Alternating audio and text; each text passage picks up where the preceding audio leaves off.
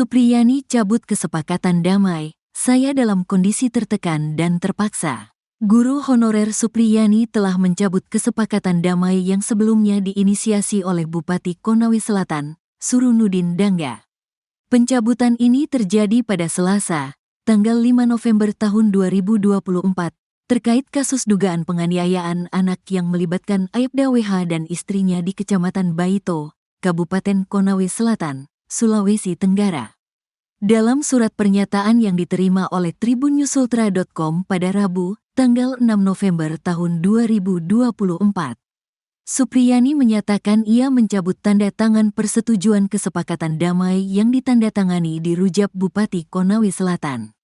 Dengan ini menyatakan mencabut tanda tangan dan persetujuan saya dalam surat kesepakatan damai yang ditandatangani di Rujab Bupati Konsel tanggal 5 November tahun 2024. Karena saya dalam kondisi tertekan dan terpaksa dan tidak mengetahui isi dan maksud dari surat kesepakatan tersebut, tulis Supriyani dalam suratnya yang ditandatangani di atas meterai Rp10.000. Surat ini juga ditembuskan kepada Majelis Hakim dan Jaksa Penuntut Umum Perkara Nomor 104, Pit, Sus, 2024, PN Andulo, serta Bupati dan Kapolres Konawe Selatan. Kuasa hukum Supriyani, Andri Darmawan, mengonfirmasi pencabutan kesepakatan damai tersebut. Benar, katanya saat dikonfirmasi, tribunnyusultra.com, Rabu.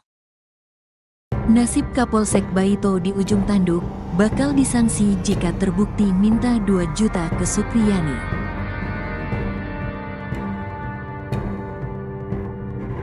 Nasib Kapolsek Baito, Ibdami dan Kanit Reskrim Polsek Baito, berada di ujung tanduk. Mereka bakal disangsi apabila terbukti meminta uang 2 juta ke Supriyani. Kini, keduanya sudah diperiksa oleh Bid Propam Polda Sulawesi Tenggara, Sultra. Saat ini 2 oknum anggota sementara kami mintai keterangan terkait kode etik, ujar Kabid Propam Polda Sultra, Kombes Moh Soleh. Keduanya diperiksa terkait dengan indikasi permintaan uang. Meski diperiksa, keduanya masih bertugas di Polsek Baito. Moh Soleh melanjutkan, apabila keduanya terbukti bersalah, maka keduanya akan disangsi penempatan khusus atau patsus.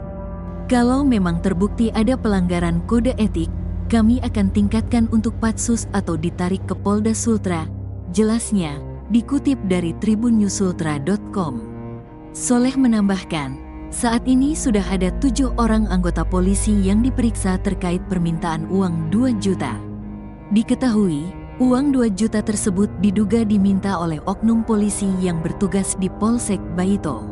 Setelah uang 2 juta, pihak Kapolsek diduga meminta uang 50 juta ke Supriyani sebagai uang damai. Terkait uang 50 juta tersebut, pihak penyidik dari Propam Polda Sultra masih melakukan pendalaman dan mencari bukti kuat serta keterangan sejumlah saksi. Sudah cross-check soal permintaan uang 50 juta tapi belum terlihat. Indikasinya ada, perlu penguatan dari kepala desa dan saksi lainnya, ungkap Moh Soleh. Ia menuturkan, semua pihak yang berkaitan dengan permintaan uang tersebut bakal diperiksa.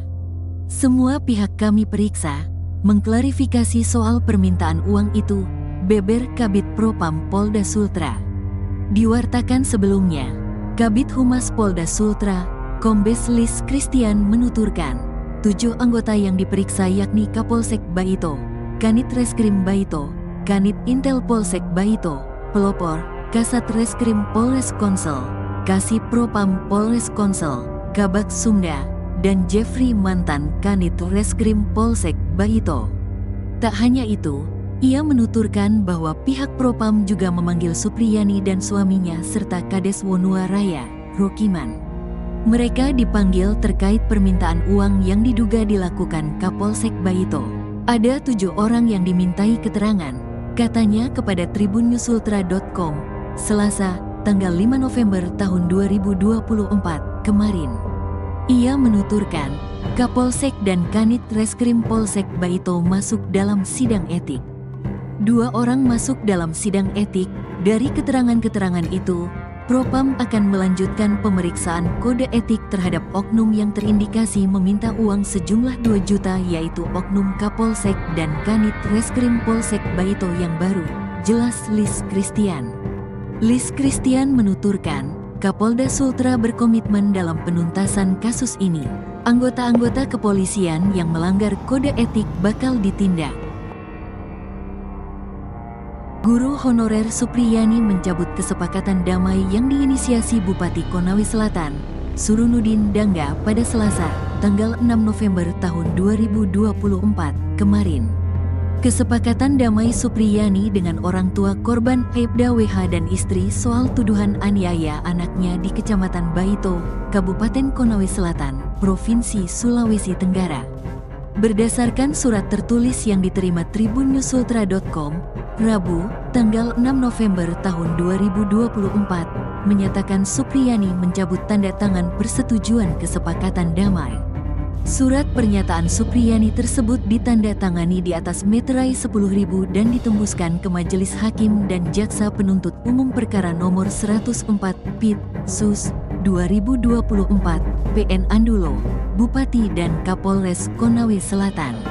Dengan ini menyatakan mencabut tanda tangan dan persetujuan saya dalam surat kesepakatan damai yang ditandatangani di Rujab Bupati Konsel tanggal 5 November tahun 2024 karena saya dalam kondisi tertekan dan terpaksa dan tidak mengetahui isi dan maksud dari surat kesepakatan tersebut, tulis Supriyani dalam surat pernyataannya. Sementara itu, kuasa hukum Supriyani, Andri Darmawan saat dikonfirmasi membenarkan Supriyani mencabut kesepakatan damai. Benar, katanya saat dikonfirmasi, tribunnews.sultra.com, Rabu, tanggal 6 November tahun 2024. Ia menjelaskan alasan pencabutan kesepakatan damai itu, karena kliennya merasa tertekan dan terpaksa saat menandatangani surat kesepakatan damai yang dilakukan di rumah jabatan Bupati Konawe Selatan tersebut. Diketahui karena kasus ini, Supriyani sempat ditahan di Lapas Perempuan dan Anak Kota Kendari hingga menjalani sidang di Pengadilan Negeri Andulo. Setelah kasus ini viral dan menjadi perhatian publik, beberapa kali pihak kepolisian, kejaksaan, dan Aibda WH meminta kepada Supriyani. Hal tersebut dilakukan agar kasus ini berakhir damai saja tanpa harus berproses di pengadilan. Akan tetapi mediasi tersebut tak pernah menemui titik temu. Hingga kemudian, pada Selasa, tanggal 5 November tahun 2024, Bupati Konawe Selatan Surunudin Dangga menginisiasi pertemuan antara guru honorer Supriyani dan Aibda WH. Dalam pertemuan itu, keduanya sepakat untuk berdamai dan saling memaafkan. Mantan Kabareskrim Polri Komjen Pol Purnawirawan Susno Duadji mengurai sederet kejanggalan dalam kasus guru honorer Supriyani dituding menganiaya anak polisi, Aibda Wibowo Hashim. Uraian tersebut disampaikan Susno Duadji sebelum jadi saksi ahli di persidangan Supriyani. Untuk diketahui, Susno Duadji didapuk menjadi saksi ahli dari pihak Supriyani guna persidangan pada Senin, 4 November 2024, di Pengadilan Negeri Andoolo, Kabupaten Konawe Selatan, Sulawesi Tenggara. Secara virtual melalui sambungan video call, Susno Duadji mengurai keterangannya dalam kasus dugaan penganiayaan anak polisi oleh Supriyani tersebut. Dalam persidangan tersebut, Susno diminta untuk memberikan pandangan terkait dugaan adanya pelanggaran prosedur hukum dalam proses penyidikan dan penyelidikan kasus Supriyani.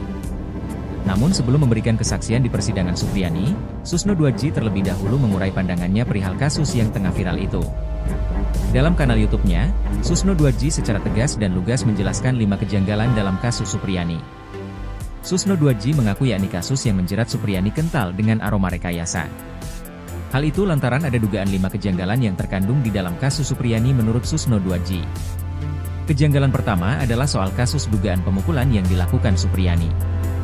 Dijelaskan Susno, dalam hukum sebenarnya tindakan guru untuk menindak tegas muridnya diatur secara rinci.